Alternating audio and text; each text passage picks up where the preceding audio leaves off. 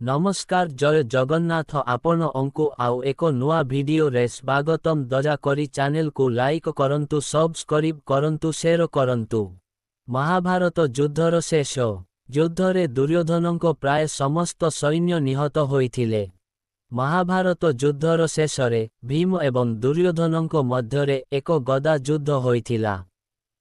भीम छलना सहित दुर्योधनଙ୍କ जंघको एक गदारे आघात करिथिले, जहा युद्धर नियम विरुद्धरे थिला। एही आघातरे दुर्योधनଙ୍କ जंघ भांगीगला एवं से युद्धभूमि रे पड़ीगले। दुर्योधनଙ୍କୁ समान अवस्थारे छाड़ी दिया जाइथिला एवं तांकर मृत्यु होइथिला। पूर्वरु द्रौपदी एवं ऋषि मैत्रेय मध्य दुर्योधनଙ୍କୁ अभिशाप देइथिले, जहा फलरे तांकर जंघ भांगी जाइथिला। शेषरे से भीमसेनଙ୍କ सह युद्ध करिथिले। से पांडव पक्षर अनेक पदातिक सैन्य एवं अन्यान्य सैनिकଙ୍କୁ हत्या करिथिले एवं भीमसेनଙ୍କୁ आक्रमण करिथिले। सेही समयरे एक गदा साहाय्यरे आक्रमण करिबा समयरे दुर्योधनଙ୍କ अन्य सान भाईमाने मध्य भीमसेनଙ୍କ द्वारा निहत होइथिले। तांको राजा दुर्योधनଙ୍କ एपरी अवस्था देखि एवं तांको पिता द्रोणाचार्यଙ୍କ मृत्युको मने पकाई अश्वत्थामा अधैर्य होइगले।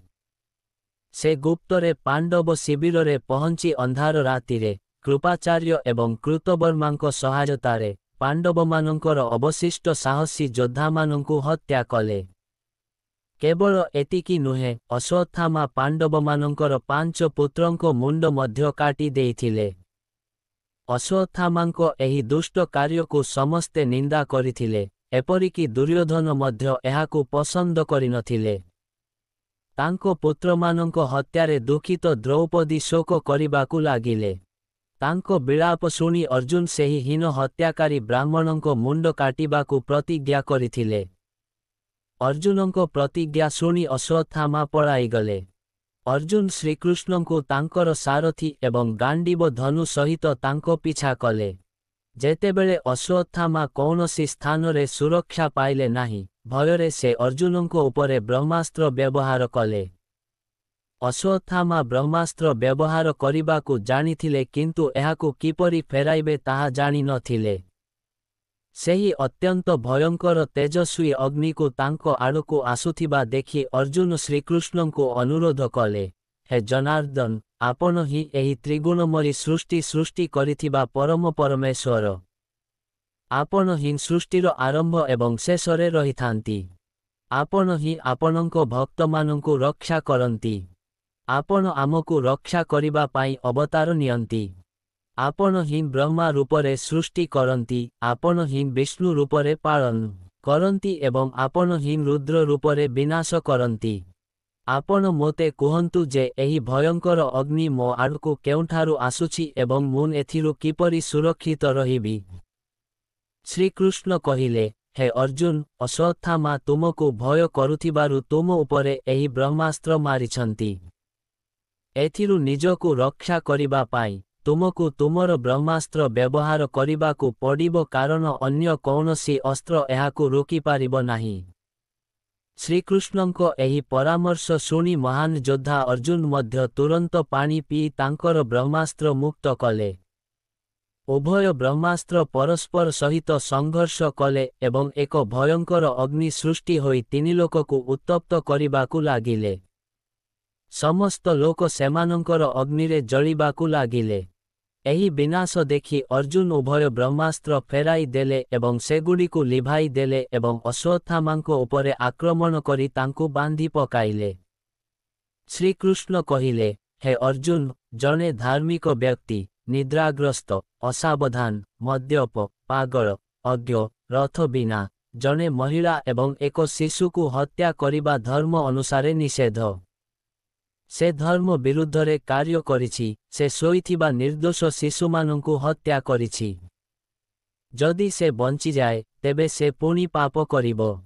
तेणु ताकु तुरंत हत्या कर एवं तांकर कटा मुंड द्रौपदींक सम्मुखरे रख एवं तुमर प्रतिश्रुति पूरण कर। ଶ୍ରୀକୃଷ୍ଣଙ୍କ ଏହି କଥା ଶୁଣିବା ପରେ ମଧ୍ୟ ଧୈର୍ଯ୍ୟଶୀଳ ଅର୍ଜୁନ ଗୁରୁପୁତ୍ରଙ୍କ ପ୍ରତି ଦୟା ଅନୁଭବ କଲେ ଏବଂ ସେ ଅଶ୍ୱତ୍ଥାମାଙ୍କୁ ଜୀବନ୍ତ ଶିବିରକୁ ନେଇ ଦ୍ରୌପଦୀଙ୍କ ସମ୍ମୁଖରେ ଉପସ୍ଥିତ କଲେ। ଗୁରୁପୁତ୍ରଙ୍କୁ ପଶୁ ପରି ବନ୍ଧା ହୋଇଥିବା ଦେଖି ପ୍ରେମମୟ ଦ୍ରୌପଦୀଙ୍କ କୋମଳ ହୃଦୟ ତରଳିଗଲା। ସେ ଗୁରୁପୁତ୍ରଙ୍କୁ ପ୍ରଣାମ କରି ଅର୍ଜୁନଙ୍କୁ ବନ୍ଦିତ୍ୱରୁ ମୁକ୍ତ କରିବାକୁ ଅନୁରୋଧ କଲେ। ମୋର ମୃତ ପୁତ୍ରମାନେ ତାଙ୍କୁ ହତ୍ୟା କରି ଫେରି ଆସିପାରିବେ ନାହିଁ, ତେଣୁ ଦୟାକରି ସେମାନଙ୍କୁ ମୁକ୍ତ କରନ୍ତୁ। ଦ୍ରୌପଦୀଙ୍କ ଏହି ନ୍ୟାୟପୂର୍ଣ୍ଣ ଏବଂ ଧାର୍ମିକ କଥା ଶୁଣି ସମସ୍ତେ ତାଙ୍କର ପ୍ରଶଂସା କଲେ କିନ୍ତୁ ଭୀମଙ୍କ କ୍ରୋଧ ଶାନ୍ତ ହେଲା ନାହିଁ। ଅର୍ଜୁନ ତାଙ୍କ ଖଣ୍ଡାରେ ଅଶ୍ୱତ୍ଥାମାଙ୍କ କେଶ କାଟି ତାଙ୍କ କପାଳରୁ ମଣି ବାହାର କଲେ। ମଣି ହରାଇବା ଯୋଗୁଁ ସେ ଦରିଦ୍ର ହୋଇଗଲେ।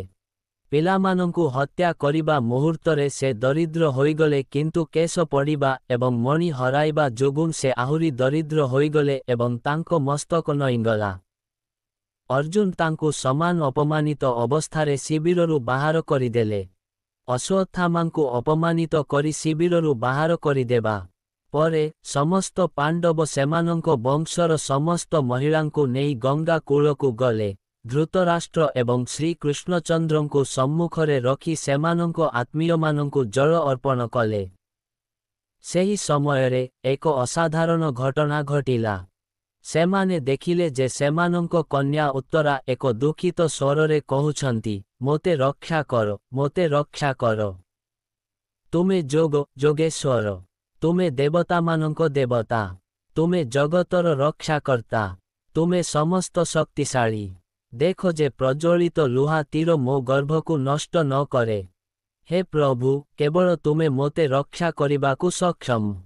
ଏପରି କରୁଣ କଥା ଶୁଣି ଶ୍ରୀକୃଷ୍ଣ ତୁରନ୍ତ ରଥରୁ ଡେଇଁ ପଡ଼ି କହିଲେ ଯେ ଅଶ୍ୱତ୍ଥାମା ପୁଣି ଥରେ ପାଣ୍ଡବ ବଂଶକୁ ବିନାଶ କରିବା ପାଇଁ ବ୍ରହ୍ମାସ୍ତ୍ର ବ୍ୟବହାର କରିଛନ୍ତି, ଯାହା ଯୋଗୁଁ ଉତ୍ତରାଙ୍କ ଗର୍ଭ ପ୍ରବଳ ଭାବରେ ଜଳିବାକୁ ଲାଗିଲା, କିନ୍ତୁ ଶ୍ରୀକୃଷ୍ଣ ତାଙ୍କ ତପସ୍ୟାରେ ଶିଶୁକୁ ପୁନର୍ଜୀବିତ କଲେ।